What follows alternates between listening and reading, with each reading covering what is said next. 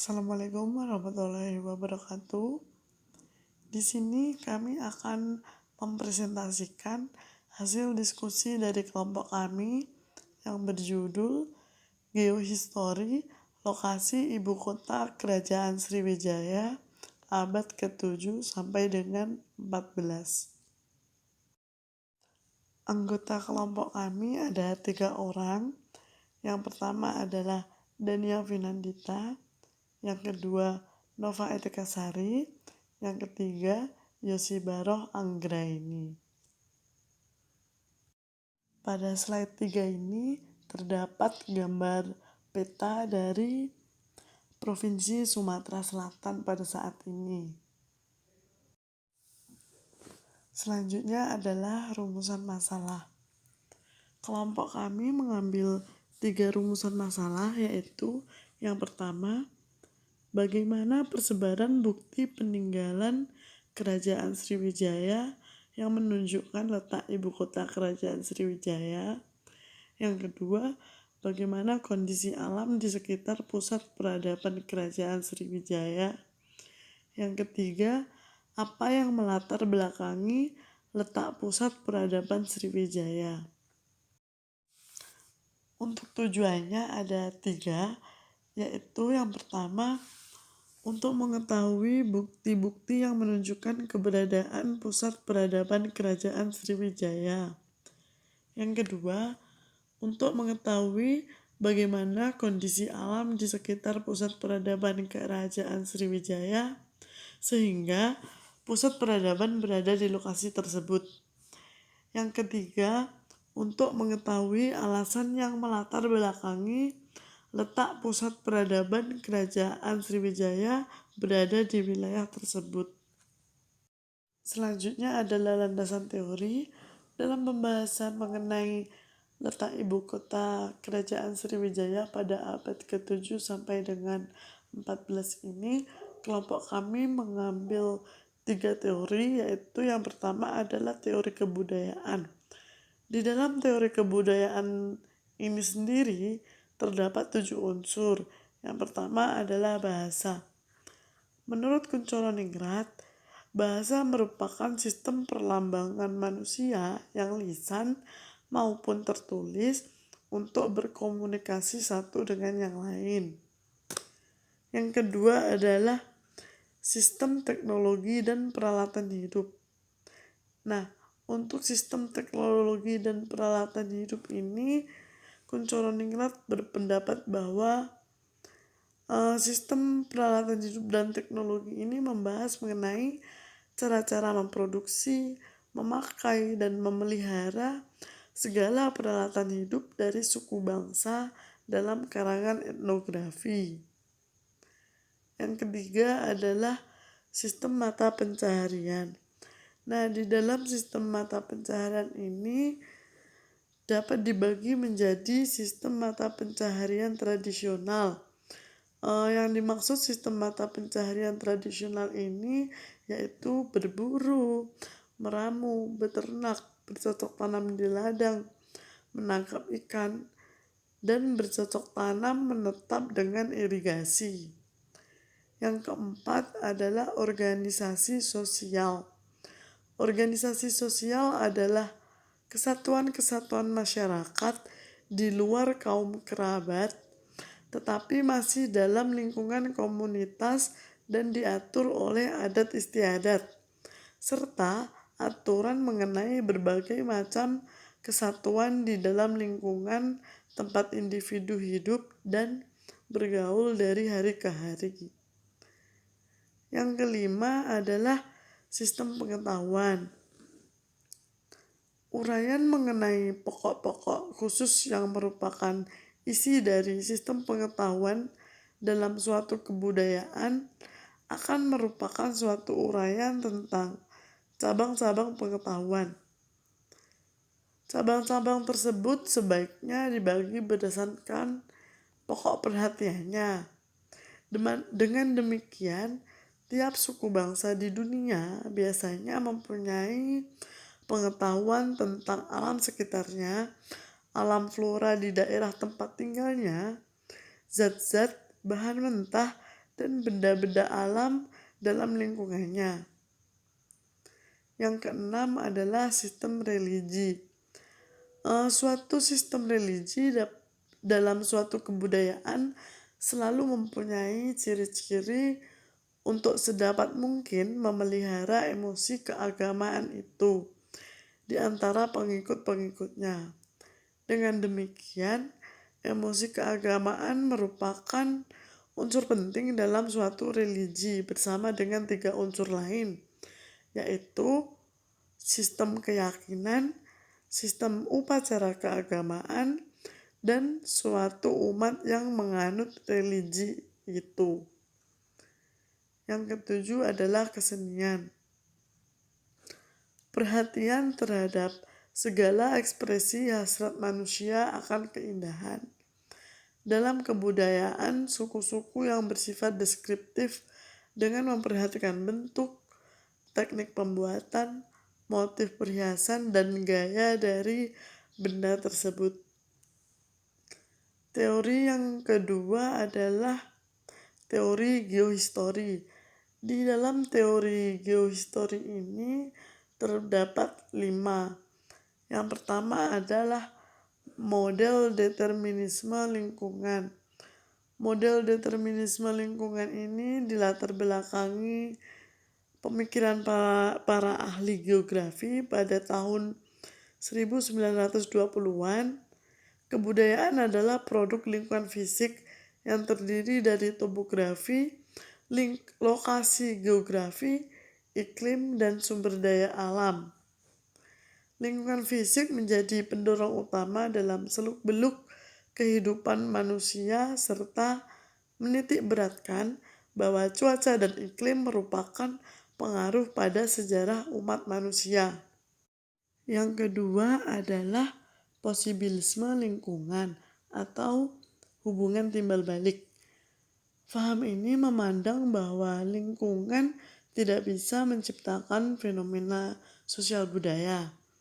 Lingkungan alamiah secara tidak langsung menyebabkan perkembangan-perkembangan kebudayaan yang spesifik. Pada kenyataan, kebudayaan berbeda-beda dalam lingkungan yang sama, begitu juga sebaliknya. Yang ketiga adalah ekologi kebudayaan. Menurut Julian Stewart, faktor-faktor lingkungan memiliki potensi positif dan kreatif dalam proses kebudayaan.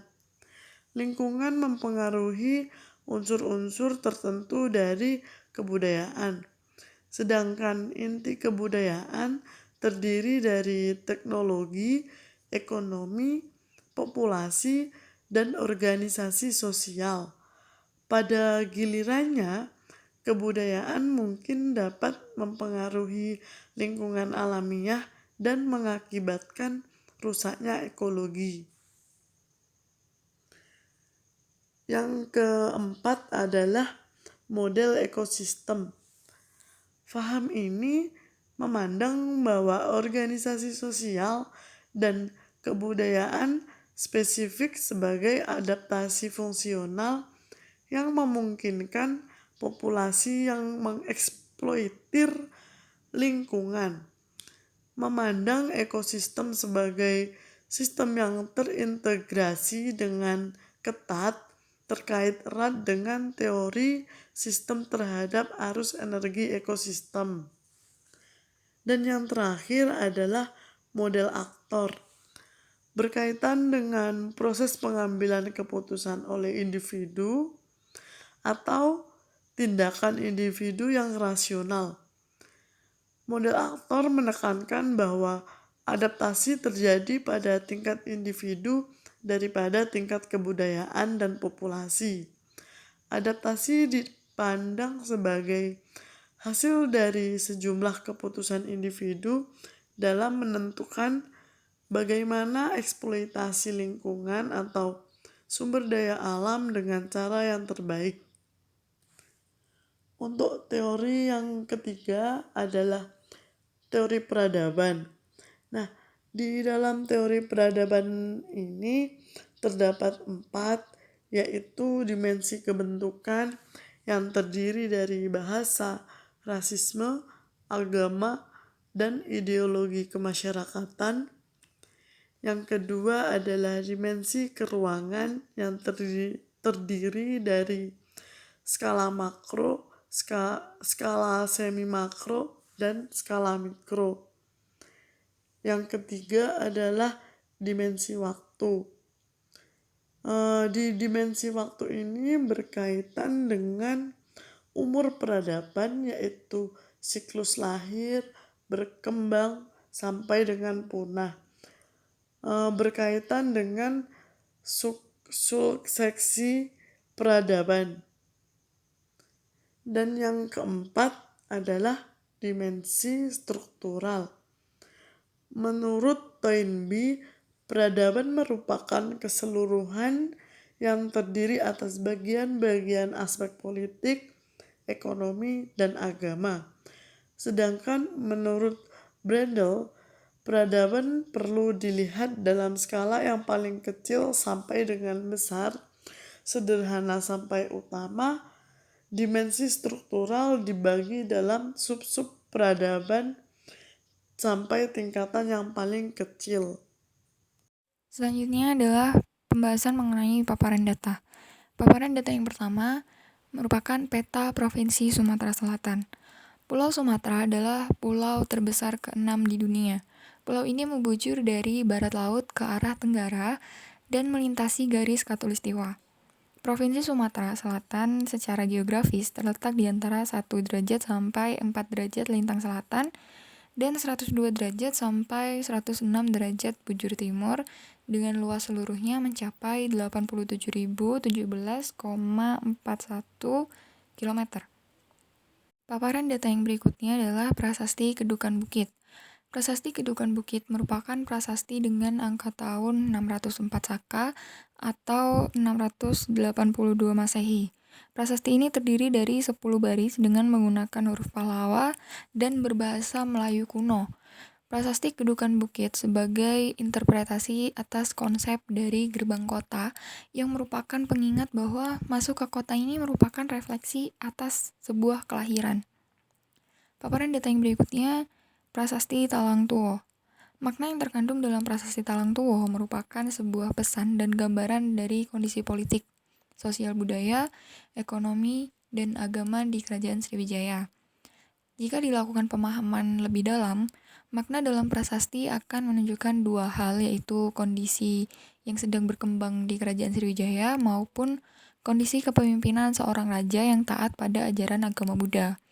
Pembuatan prasasti Talang Tuwo sendiri sebetulnya sudah dapat menggambarkan sebuah kepemimpinan yang bersifat religius, adil, dan bijaksana. Pembahasan yang berikutnya mengenai letak ibu kota Kerajaan Sriwijaya. Masih banyak perdebatan mengenai letak ibu kota Kerajaan Sriwijaya yang sebenarnya. Namun pada akhirnya banyak ilmuwan atau peneliti yang sepakat bahwa letak ibu kota Kerajaan Sriwijaya berada di Palembang, Sumatera Selatan. Seperti yang sudah disebutkan dalam paparan data, keberadaan Kerajaan Sriwijaya diketahui melalui beberapa sumber peninggalan dari Kerajaan Sriwijaya. Informasi mengenai letak pusat Kerajaan Sriwijaya tercantum dalam beberapa prasasti peninggalan Kerajaan Sriwijaya yang berhasil ditemukan. Terdapat 2 prasasti yang menyebutkan secara tidak langsung keberadaan atau letak ibu kota Kerajaan Sriwijaya. Prasasti yang pertama adalah Prasasti Kedukan Bukit. Prasasti Kedukan Bukit merupakan prasasti yang menjelaskan mengenai awal mula berdirinya Kerajaan Sriwijaya. Menurut Sumardio 2008, N.J. Krom berusaha untuk menafsirkan isi dari prasasti Kedukan Bukit, yang kemudian ia hubungkan dengan pernyataan Itsing, yang pada waktu itu Itsing kembali ke Melayu dari Nalanda, akan tetapi waktu itu Melayu sudah berubah menjadi Sriwijaya. Jadi menurut Krom, Melayu sudah ditundukkan atau ditaklukkan oleh Sriwijaya pada waktu itu.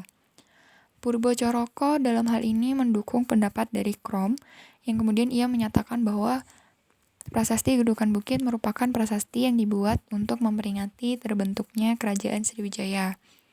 Ia berpendapat bahwa dahulu ada orang seseorang dengan kekuatan yang cukup besar, yang diduga adalah Dapuntahyang bersama bala tentaranya, pergi dari Minangkabau, kemudian berhenti sejenak di Jambi, yang kemudian mereka berlanjut ke Palembang dan berhasil menaklukkan wilayah tersebut dan membuat kota yang kemudian diberi nama Sriwijaya. Informasi berikutnya terdapat dalam Prasasti Talangtuwo. Pada prasasti ini berisi mengenai Dapunhyang Srijayanasa yang memerintahkan kepada bawahannya untuk mendirikan sebuah taman. Taman ini kemudian diberi nama Sri Kestra, yang merupakan sebuah kebun yang ditujukan untuk mensejahterakan masyarakat di Sriwijaya. Nah, lokasi Taman Sri Kestra ini diperkirakan dibangun tidak jauh dari pusat kota, sehingga sesuai dengan lokasi ditemukannya prasasti Talangtuwo di wilayah sekitar Talang Kelapa, Palembang, bagian barat, dan berada tidak jauh dari tepian Sungai Musi. Selain dari dua prasasti tersebut, juga terdapat bukti-bukti informasi dari luar negeri atau luar wilayah Kerajaan Sriwijaya seperti kronik dinasti Tang yang menunjukkan bahwa di Nusantara pada awal abad ke-17 Masehi sudah berdiri sebuah kerajaan yang besar. Menurut catatan Itsing, kerajaan besar yang kemudian disebut dengan Kerajaan Sriwijaya itu berpusat di tepi sungai yang berada di wilayah tenggara dari Melayu, yaitu berada di Palembang, Sumatera Selatan. Sungai tersebut sekarang dikenal dengan Sungai Musi. Berdasarkan bukti-bukti tersebut, letak Kerajaan Sriwijaya diperkirakan berada di Palembang. Untuk lokasi sebelum Kerajaan Sriwijaya berpusat di Palembang, masih belum jelas di mana lokasi daerah tersebut. Ada beberapa peneliti yang menyatakan pusat awal Sriwijaya sebelum berpindah ke Palembang adalah di Minangga. Pendapat ini didukung dengan adanya prasasti Kedukan Bukit. Namun keberadaan daerah Minangga tersebut sampai sekarang masih belum diketahui. Jika dilihat dari kondisi saat ini, kota Palembang berada cukup jauh dari pesisir pantai. Akan sangat mustahil bagi Kerajaan Sriwijaya untuk berkembang menjadi kerajaan maritim yang seharusnya berdekatan dengan pesisir pantai. Nah, pada abad ke-7, bentuk permukaan bumi Pulau Sumatera berbeda dengan masa sekarang. Diperkirakan pada abad ke-7, bentuk pantai timur Sumatera atau khususnya Kerajaan Sriwijaya terletak tidak jauh dari pantai. Jambi berada di teluk dan Palembang berada di ujung jazirah. Ibu kota Kerajaan Sriwijaya diperkirakan berada di antara atau tidak jauh dari dua kota yang sekarang telah menjadi kota Palembang dan kota Jambi. Yang poin kedua pada pembahasan PowerPoint ini yaitu kondisi alam ibu kota Kerajaan Sriwijaya. Kondisi alam ibu kota Kerajaan Sriwijaya, perkiraan letak ibu kota Sriwijaya, Kerajaan Sriwijaya berada di Palembang, mendukung dengan bukti yang lebih kuat. Melihat pada naskah yang ada pada Prasasti Talangtuwo, adanya penataan lingkungan hidup sudah dilakukan sejak zaman dahulu. Di saat segalanya masih hijau, hutan masih banyak, sungai masih terpelihara, ruang masih begitu longgar, tetapi tata ruang sudah dikaji dan diperhatikan oleh raja. Pada masa kepemimpinan Sri Baginda Sri Jayanasa sudah menunjukkan fenomena yang akan terjadi.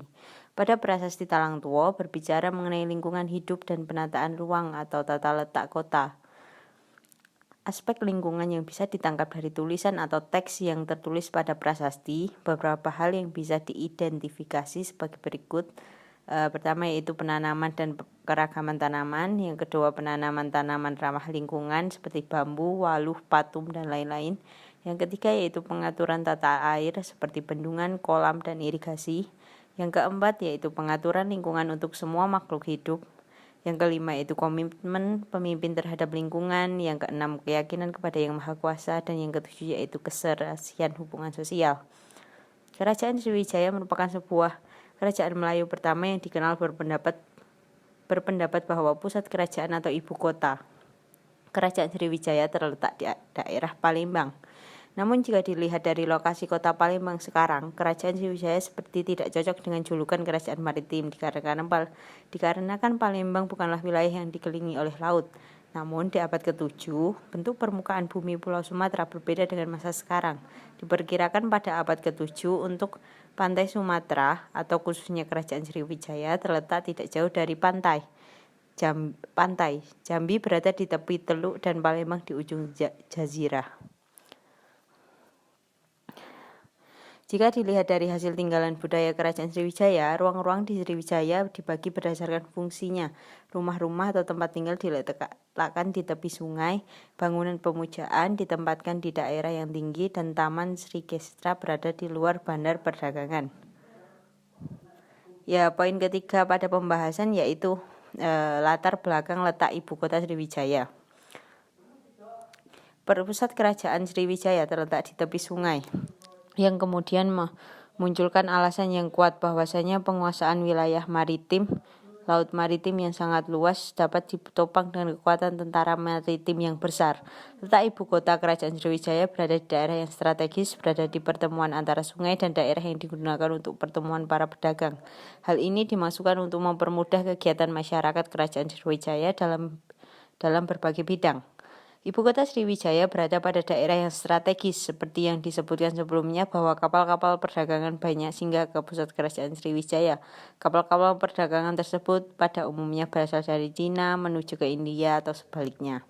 Letak ibu kota kerajaan Sriwijaya ini juga membawa dampak yang cukup seketara dalam masyarakat. Hubungan pertama adalah hubungan pusat kerajaan Sriwijaya dengan masyarakat pantai daerah bawahnya, dan kedua adalah hubungan pengusaha kerajaan Sriwijaya dengan negara-negara tetangga. Letak ibu kota yang strategis memudahkan kerajaan Sriwijaya untuk tetap memperhatikan daerah-daerah bawahnya dan bahkan mempertahankan hubungannya dengan negara-negara tetangga.